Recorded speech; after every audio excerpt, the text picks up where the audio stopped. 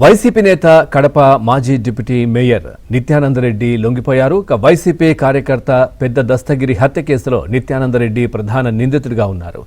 SP కార్యాలయంలో Nityananda Reddy లొంగిపోయారు.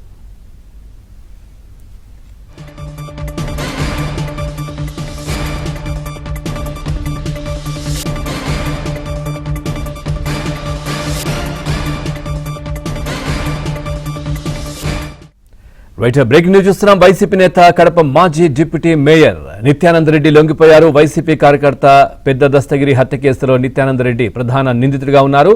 SP కార్యాలయంలో నిత్యానందరెడ్డి లొంగిపోయారు. దీనికి సంబంధించి మరింత సమాచారాన్ని మా కడప కరెస్పాండెంట్ శ్రీనివాస్ అందిస్తారు. శ్రీనివాస్, పూర్తి డీటెయిల్స్ ఏంటి?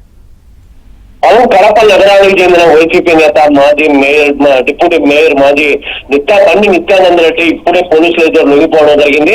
సో ఈ నిత్యానందరెడ్డికి సంబంధించి 20 రోజులుగా పోలీసు బృందాలు దక్షిణ మధ్య రాష్ట్రాలు మొత్తం అన్ని తెలుగు రాష్ట్రాలతో పాటు ఇతర రాష్ట్రాల్లో 20 రోజులుగా గాలిస్తున్నారు. అయితే ఎట్టకేలకి ఈ రోజు అడ్వకేట్ తీసుకుని ఇప్పుడే రావడం జరిగింది. ఎస్పీ కార్యాలయానికి వచ్చి లొంగిపోయాడు. నిత్యానందరెడ్డికి సంబంధించి అయితే ఇటీవల జరిగిన 20 రోజుల ముందు జరిగిన పెద్ద దస్తగిరి నగరానికి చెందిన వైసీపీ కార్యకర్త పెద్ద దస్తగిరి హత్య కేసులో ఇతర ప్రధాన నిందితులుగా పోలీసులు చేస్తారు. సో అప్పటి నుంచి కూడా అప్పటి నుంచి ఆ కేసులో 11 మందిని అప్పట్లోనే అరెస్ట్ చేసి రిమాండ్ పంపించడం జరిగింది.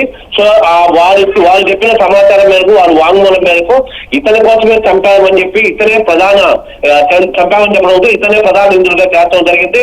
అప్పటి నుంచి బండి నిత్యానందరెడ్డి పరారీలో ఉన్నాడు. సో అతను ఇంటిని కూడా సోదరు చేయడం భారీగా డాక్యుమెంట్లను కూడా విలువైన డాక్యుమెంట్లను స్వాధీనం చేసుకున్నారు. మొత్తం మీద రియల్ ఎస్టేట్ కూడా 5 ఏళ్ల జగన్ పాలనలో ఇతను ఇష్టానుసారంగా ఇతని బృందం మొత్తం కూడా అక్రమంగా చాలా డాక్యుమెంట్లను చేసుకుని దొంగగా అమ్ముకోవడము ఇలాంటి చాలా బయటికి రావడం జరిగింది. సో ఇదంతా ఇంకా ఎంక్వైరీ జరుగుతుంది. సో ఇప్పుడు లొంగిపోయాడు కాబట్టి ఇతను పూర్తి స్థాయిలో ఇంకా ఎంక్వైరీ చేసే అవకాశం ఉంది. Pavan, thank you Srinivas, thanks for the updates.